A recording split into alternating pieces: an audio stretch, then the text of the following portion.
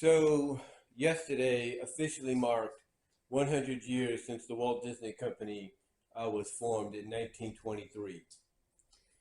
And originally, I did a video talking about this and basically also giving my overview and thoughts on the Once Upon a Studio animated short, live action animated short that they had done in celebration of it. But unfortunately, I kind of had some things to be corrected on,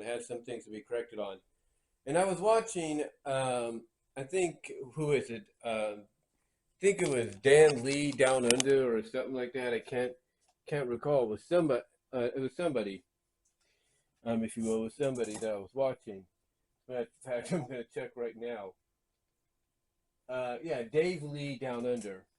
I was watching Dave Lee's Down Under video on it where he was pointing out all the Easter eggs and stuff, you know, as well as all the characters, which were over 500, I guess, that were showcased here.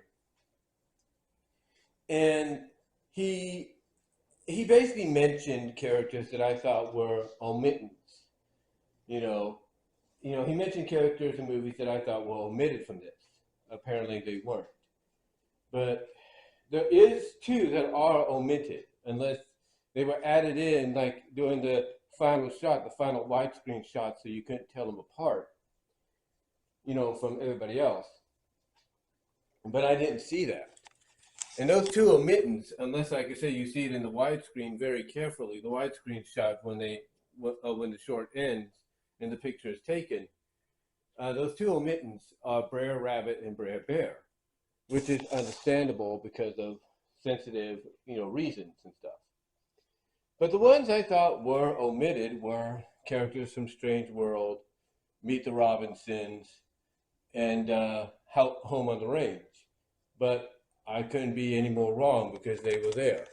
They were there basically mostly at the end for the group shot. There were some characters scattered about, like you have the cafe scene, that where you have Moana bringing in Flounder for Merlin to kind of help him out. And, right off in the far, I guess you could say right corner, you see, or far right, you see the mother character from Meet the Robinsons. Then you see the bowler-haired guy on the stairs and stuff. As well as you see other characters from Strange Worlds and stuff as well. And then you see in the crowd shot, or at least in the crowd as they're gathering together, you see Louisa, I think that's her name,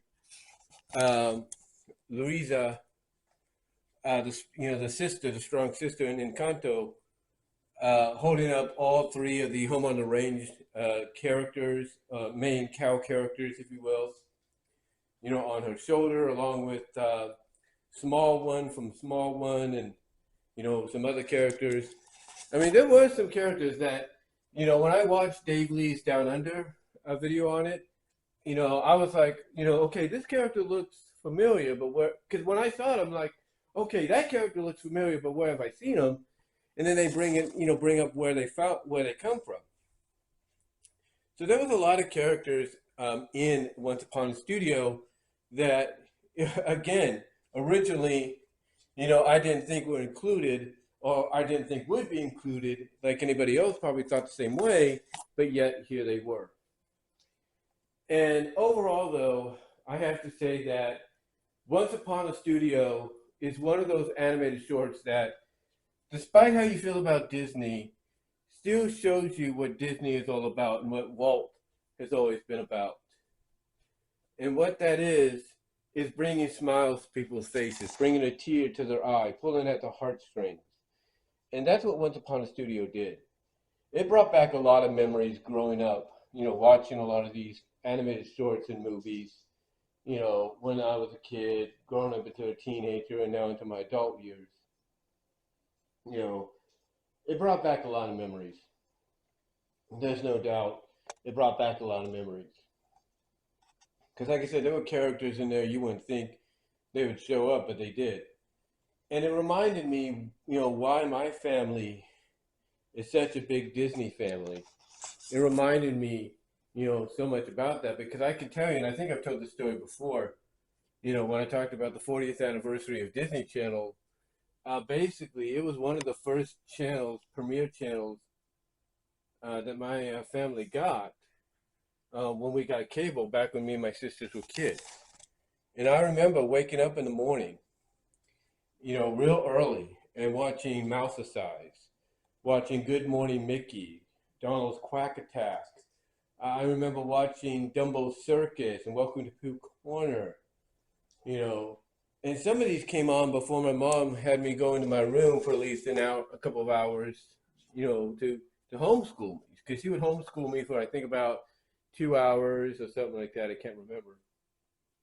But she would homeschool me, to get me ready to, for actual school. She would do that. And again, it was during that time that I really got to watch these shows. Now, the one thing that I was kind of surprised by was they didn't include any Disney television animated characters or shows to be included in this, I should say. And if they did, like I said, it's probably in that wide shot. You just got to really see, where they are. But I thought overall this was a good short. I like the fact that they didn't use the modern classic Mickey and Minnie and Donald and Daisy, and Goofy Clarabelle designs. I'm glad they didn't do that. I'm glad that they utilized the Mickey's birthday party design for those characters. I like that.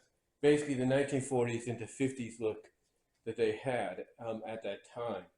So I'm glad they went with that direction, because it shows you that they know basically what design really got people to enjoy the likes of Mickey and his friends. So I thought that was really cool. I thought that was really nice to see them do that, because they could have easily gone with the modern classic Mickey look of today. They could have gone with that, but instead they said, no, we'll go in classic Mickey. We're going modern. We're going to the original modern classic Mickey that began in the 40s, if not before then. The one that celebrated his birthday, around the time of his birthday back then, and now he's being brought back for the 100th celebration. So overall, I think the short's great.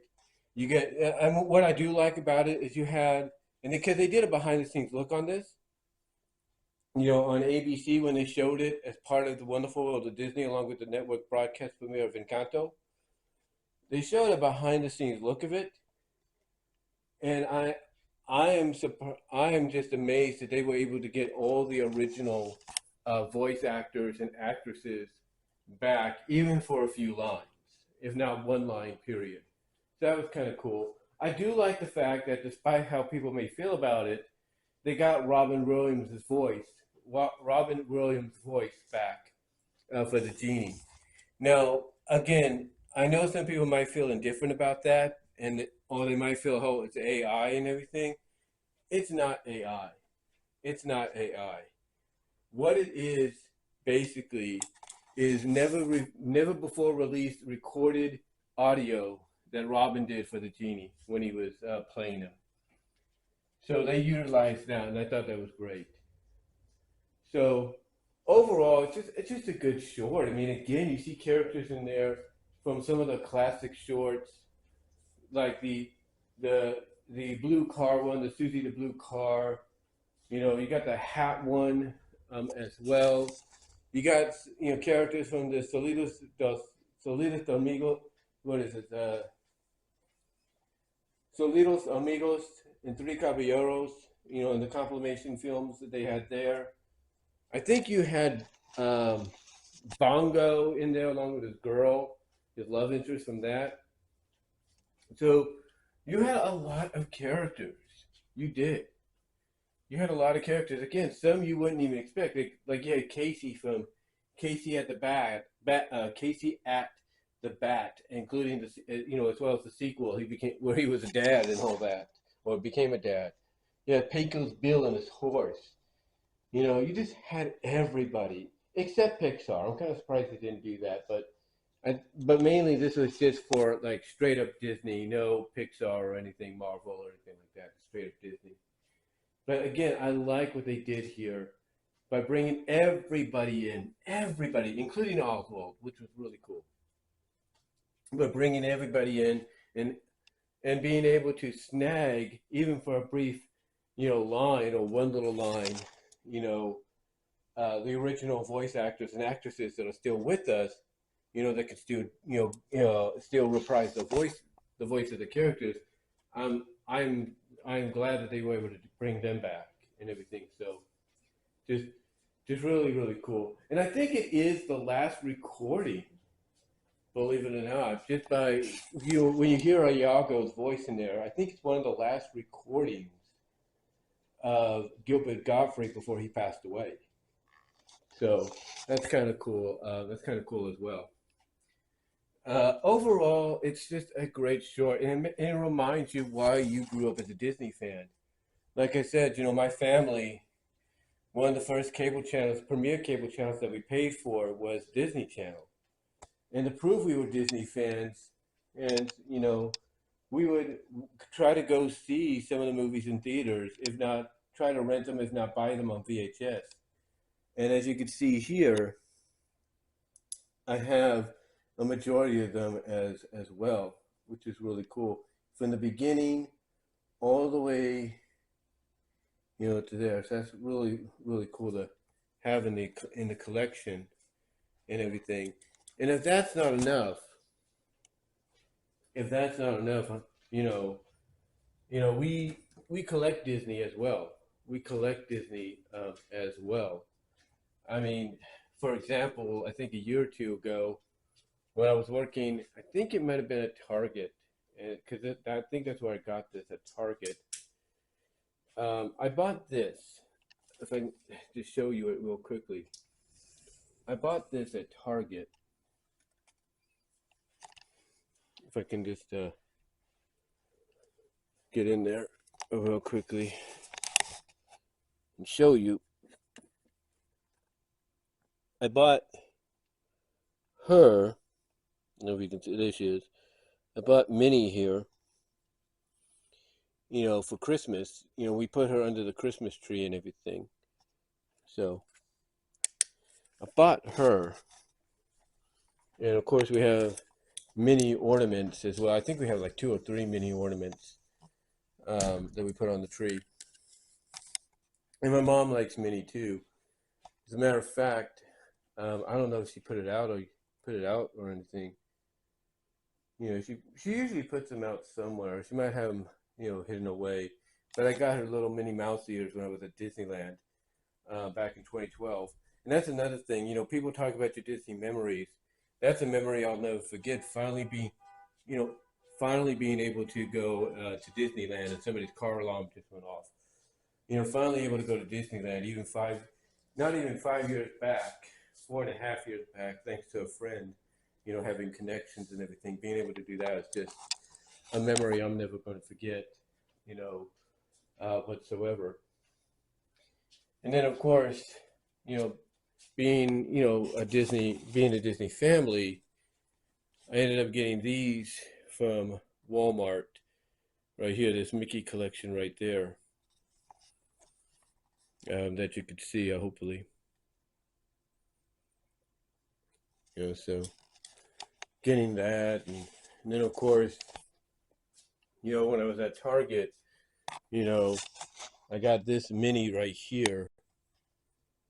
This mini right here, this 100th anniversary mini, and I got the Mickeys right here too. So yeah, just being a fan and everything is just amazing and all that. So, but yeah, I highly recommend checking out the I highly recommend checking out the short and everything. Once Upon a Studio.